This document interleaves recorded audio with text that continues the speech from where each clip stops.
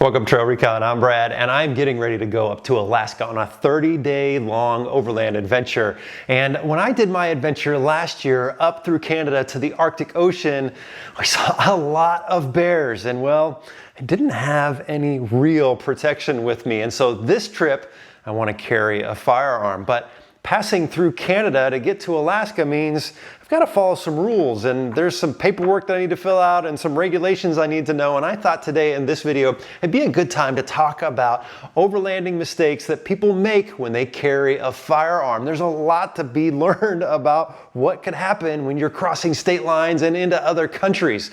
Plus, in this video I'll just show you a few of the guns that I have here on the table for those of you that are interested. Now, I know that this topic can be a little polarizing, and I'm not trying to get political here. I just want to talk about some of the education and practicality and safety that should be considered when overlanding with a firearm. Now, if you're not into firearms, well, I get it. You don't need to stick around. But if you are into firearms, I think there's a lot to be learned here, even for us folks that have been carrying guns for a long time. Now, this Alaska trip that I'm getting ready to do, I've been thinking about for years, but I started really planning it this last couple months on Onyx Off-Road, and I want to thank them for sponsoring this video. What I love about Onyx Off-Road is I can use all of my route that we took through Canada, and then all I had to do was add the Alaskan part, and I have spent countless hours on the computer figuring out what trails I wanted to do and then mapping those out, marking waypoints, fuel waypoints, grocery stores, potential campsites. I've got it all on here, and I think I'm really prepared for this trip. The great thing is I was able to share all the routes and everything I've created with my buddy Sean, who is coming with me on Onyx Off-Road. So if you are not using Onyx Off-Road, there are many reasons to use it. Give it a try, guys. I'll leave a link down below. All right, let's talk about the first mistake overlanders make when carrying a firearm. Now, an important disclaimer, I am not a lawyer, nor do I ever want to be one, and this is not legal advice. You need to look up your state or country's laws when it comes to firearms. I'm trying to give you the best information that I can, but laws change often, and this is not legal advice. And also, I'm not a gun expert, I'm a gun enthusiast. These are just some of the guns that I have. I actually have quite a few more. I really enjoy the hobby of firearms, but I'm not an expert when it comes to this stuff. So there you go. All right. Mistake number one, I think it applies to what we just talked about, that overlanders make, is they don't know the laws for where they're at. When you are overlanding, you're traveling great distances, and you're going to oftentimes cross state lines, maybe even multiple state lines, cross into different countries. And you need to know what those laws are because they can change from state to state. Again, I'm not getting political here. I don't agree with how the system works, but I should be able to travel from California all the way to Florida and nothing should change. But because it does, I have to look up what I am and I'm not allowed to do, how I'm allowed to carry it from state to state. So I do have my California concealed carry weapons permit, which surprisingly I was able to get it took about 9 months. However, that allows me to carry in California, so I can carry a loaded gun on my person or in my vehicle. And I can travel to Arizona still carrying that weapon. However, I can't travel to Nevada because there's this thing called reciprocity, which means certain states recognize other states' concealed carry permits. Arizona recognizes California. Nevada does not recognize California. So it can get very confusing very quick. If I go to Moab, I drive from California to Arizona into Utah, and I pass through Nevada. So I have to be careful how I am carrying my weapon, whether it's loaded, whether it's in a safe. It's very important to know that because you can get yourself into a lot of trouble. Now, there is some things you can do to kind of help out. I actually got my Arizona CCW as well. So there are more states that recognize Arizona's concealed carry weapons permit than actually recognize Californians. And California, I don't think recognizes anybody else's. So having the one in Arizona means that I can actually carry in Nevada because Nevada recognizes Arizona. It's really confusing, but you need to know those laws. Now, let's talk about going through Canada for a moment. Their laws are very strict. You cannot carry a handgun into Canada. I mean, there's probably a way to do it, but I'm not going to mess with it. They will allow a shotgun or a hunting rifle, and you have to fill out some paperwork, and the minute you get to the border, you've got to pay a $25 fee, and you have to declare it. Now, I will be going through this process for the first time on this trip, and I'm going to make sure I share with you how that works. But I understand that it's actually a pretty easy process. Then I can carry, what I plan on carrying is a shotgun through Canada and then into Alaska. And when I come back, I think I'm going to have to do the same thing again when I go from Alaska into Canada. I'm going to still have to probably pay that $25 fee and declare it again. But having a shotgun in Alaska is going to be, yeah, it's going to be nice, a little bit of peace of mind. So now let's talk about going to Mexico. I've gone down to Baja many times over the years. There's no firearms, guys. You cannot take anything. In fact, if they find a single bullet, it can put you in prison. So you need to make sure that if you're traveling to Mexico, that you have sanitized your vehicle. Do not have any firearms, no ammo. I wouldn't even have anything that was like a holster or anything like that because it's going to raise some eyebrows. So you cannot carry into Mexico. Now, let's say you're going to stay in the United States and you're not going to leave a certain state. There's still laws that you need to know depending on what public lands you're on. If you're on BLM, most of the time you can carry your weapon like around a camp, fully loaded, it's no problem. You need to check the laws. But if you're driving around and you go from BLM into state park land or state forest land, the law for how you can carry a firearm could have just changed depending on which state you're in. And if you travel into a national park, I guarantee the law has probably changed from what you are allowed to do in BLM land versus what you are allowed to carry in national forests. So, those are some of the biggest mistakes that overlanders can make when they travel through different areas and they don't know the law for the area they're in. Now, the next mistake overlanders make is they choose the wrong firearm for their intended use. Now, I firmly believe that the best firearm you can take with you is the one you train with, whether that's a rifle, a shotgun, or a handgun. Whatever you are most proficient with is going to be the most effective weapon with. And I think that for me, if I could take a handgun to Canada, that's actually what I would take. I would probably take a Glock 34 because I am extremely proficient with this gun. However, because I can't take a handgun, I'm taking a shotgun, and I use this shotgun quite a bit over the last couple of years and put some slugs in here. This is going to be a good bear deterrent. Now, if you do not own a gun, you're trying to decide which one to choose, it's really going to come down to what you're comfortable with. You can get a rifle for maybe hunting and some self-defense at camp, but a rifle can be a little cumbersome. You could do an AR-15. I have an AR-15. I just don't think that's the right weapon to take overlanding. Some may disagree with me. A shotgun is a good versatile weapon. You can do a little bird hunting. It's a great survival weapon, and you put some slugs in here, and it'll be very effective against some bears or other predators. Now, a handgun, I believe, is a great option, specifically because they don't take up a lot of space in the vehicle. Like, I got to figure out where I'm going to store this shotgun on my trip up to Alaska, whereas a handgun, I'm pretty well versed in how I carry a handgun in my vehicle. We'll talk about storage here in a little bit. But if it was up to me, I would carry a handgun. That's what I typically carry when I'm out. Now, what about caliber? That's kind of a big deal. Some people think that 9mm is not enough. Well, I only own 9mm firearms, and that's a personal choice, but I'm very effective. At least I like to think I'm very effective with a 9mm, and I can get quite a few rounds off pretty quick and be pretty effective.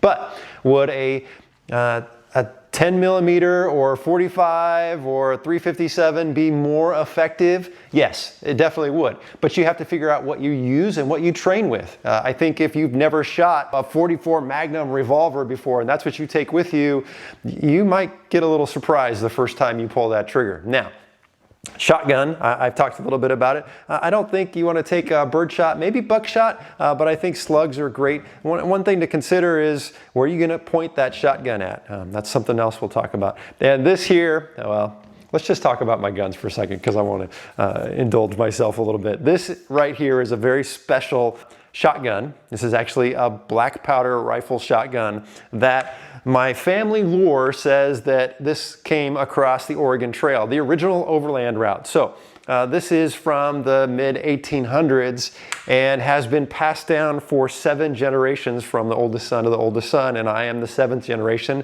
My son Devin will be the 8th, and so he will get that. I only got this last year. I don't know if it will fire, but I do intend on doing a little work to clean this up because it looks a little rough. I don't know much other history about it. I'm excited to take a deep dive into there, but I want to get this kind of refurbished. So that is on my wall. Now, this here is a very good 12 gauge shotgun. There's lots out there. This one for me is just a good all around gun. I think owning a shotgun is something that everybody should own and everybody should know how to use. It's a great home defense gun, and it's also a good gun against predators out at camp. Now, on the table here, I have a variety of handguns that I've pulled from my collection, and I will start with the smallest to largest because that's another thing you need to consider is not only what handgun you're going to get and what caliber you're going to get, but what size you're going to get. And I have a subcompact Smith & Wesson M&P Plus here.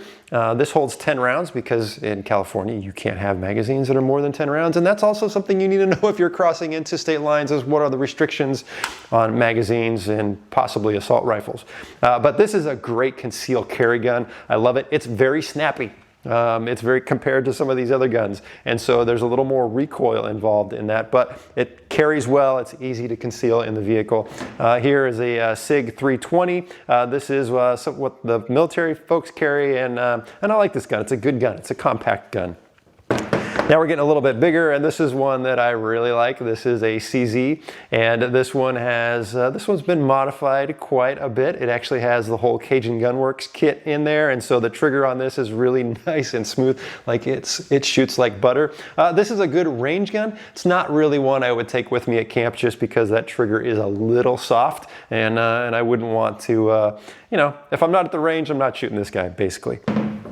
This is the very first firearm that I bought. This is a Springfield 1911 and 9mm, and I think this is a great starter gun, guys, because even though I have a lot of guns, this is still one of the best shooters I have. Now, I don't have a red dot on this one like I do all the others, but I can still shoot this gun better than just about any other gun I have because I've been shooting it so long and I'm so proficient with it. There's nothing like a 1911. If you are thinking about getting your first handgun, that's a great option. And then last I have, the fan favorite here, which is a Glock 34, and this one has had a little bit of work. It's got a magwell trigger, but it's got a flashlight on here and a red dot. And I think if you're at camp, most things are going to happen in the evening, and having a flashlight on your firearm, even if it's a shotgun or a rifle, is a pretty good option. And I'm a fan of the red dots just personally because my eyesight isn't what it was when I was 20 years old, and so I can obtain my sight pretty quick with a red dot these days. So there you have it, guys. There's the firearms I have, and hopefully that gives you some ideas to think about so you're not making the mistake of taking the wrong firearm with you on your overland adventure. The next mistake overlanders make is they don't properly store their firearm in their vehicle correctly. Depending on where you're at, there's going to be certain restrictions on what you can and can't do. Now in California, I have my CCW, which allows me to carry a handgun loaded. However, if I didn't have my CCW, that handgun needs to be in a locked box out of reach, and the ammo needs to be stored separately. So I'm sure that changes from state to state. I don't know all the state regulations. I know California's regulations, but you need to know what you're allowed to do. You can't just throw your handgun in your center console and just drive from state to state. I guarantee that there's going to be some restrictions here and there.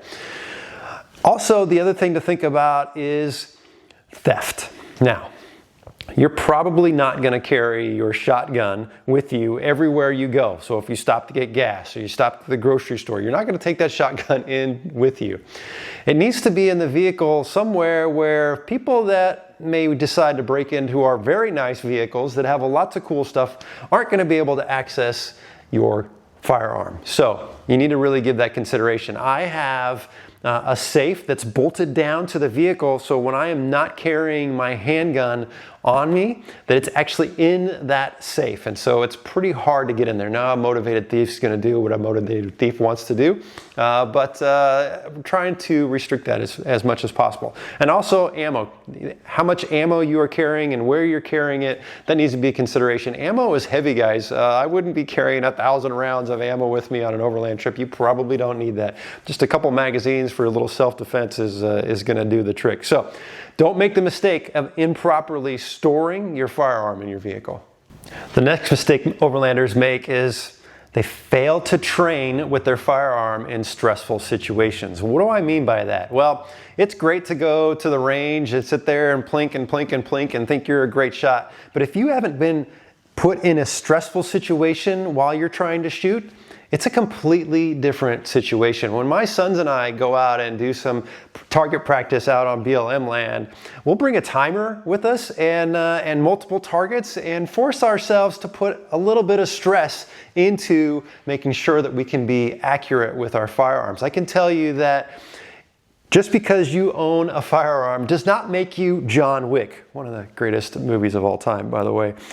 You need to know how to use that firearm well. You need to be comfortable with it, but you need to also know what it's like to use it in just a little bit of stress. So having something like a timer, somebody yelling at your ear while you're plinking, that can be helpful. I will never forget when I was in Fallujah, Iraq, and we had incoming mortar come in and we had to return fire. And that was the one and only time I've ever been in that situation where I had to return fire. And I remember vividly how stressed I felt in that situation. Thankfully, I was a medical guy and most of the time I didn't have to be involved in that. But I will never forget what that felt like. And you need to know what it is to be stressed and using a firearm. It's training, guys. Just go out there and take a class. There's lots of drills you can do. There's groups that get together and do training practices where you're moving and shooting. That can be very helpful in making you a good shooter. The other thing that I think is also important is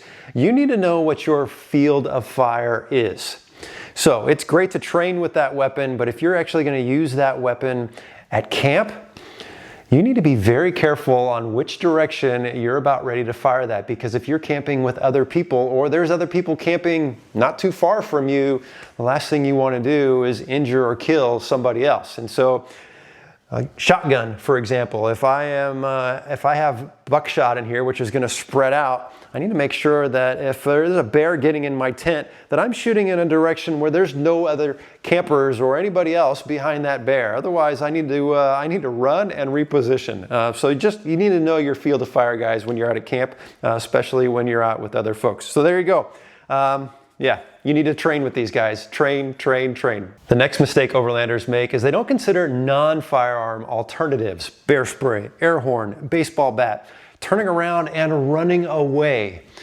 Grabbing your firearm and shooting a firearm should be a last resort always. The best thing you can do, guys, is have some situational awareness so you don't find yourself in a situation where you actually have to pull out your firearm.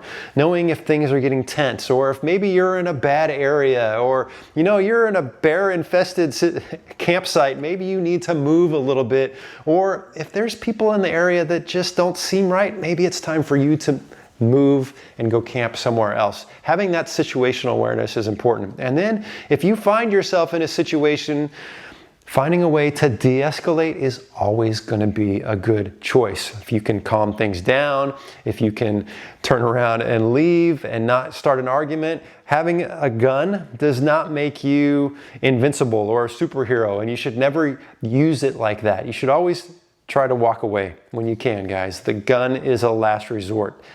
De-escalation, non-firearm alternatives, they're always going to serve you better. The next mistake overlanders make is they brandish their firearm. And what do I mean by that? Well, they leave it out in the open for others to see. It's out on their dash or it's at their table at camp. That can really raise some questions, and it can also be a big concern. Let's just say you're out somewhere and you don't know people around you that are camping and they see your gun just sitting out on the table. Well, one, that can be a little intimidating, and two, they may call and report you. You may not be doing anything wrong, but there's just some people that makes them a little nervous, and they may actually pick up the phone and call the police. Also, that now makes you kind of a target, because if somebody is planning on doing something criminal and they see that you have a firearm, they're going to take you out first. You're going to be a target. And so it's better to keep your firearm concealed. Now, if I'm out with a group of friends, close friends, and there's nobody around, well, it really just depends on who I'm with or not, whether or not I even break out my firearm. Sometimes it's fun to talk about it, but if it's with a group of people that I don't know, usually I don't even have the discussion. Now, after filming this video, everybody knows that I carry a firearm out at camp, and I have for years. And I've typically not shown that in video. I think there's a couple videos where people have commented, oh, I saw it in the corner there, and it wasn't intentional. I didn't actually mean to film that. Because one, I know it's polarizing, and two, YouTube doesn't like it. But I thought this video was important to have. I think it was time to have this conversation about education. So anyway, don't brandish your firearm, guys. Keep it locked up, keep it concealed, keep it accessible, but the whole world doesn't need to know you have it. Now, I have a quick question for you guys. Has anybody out there ever been in one of these situations where they've made one of these mistakes? Maybe it was crossing state line, or you were in a park and you were carrying incorrectly. I'd love to hear about how that situation went. And is there anybody out there that's actually ever used their firearm in an overlanding situation? I would be very interested in hearing about that. Please let me know down in the comments, guys. I hope you found this video educational. That was the intention. And if you haven't checked us out over at TrailRecon.com, make sure you go check us out over there. We've got all kinds of gear to outfit your next adventure. And until next time, safe travels.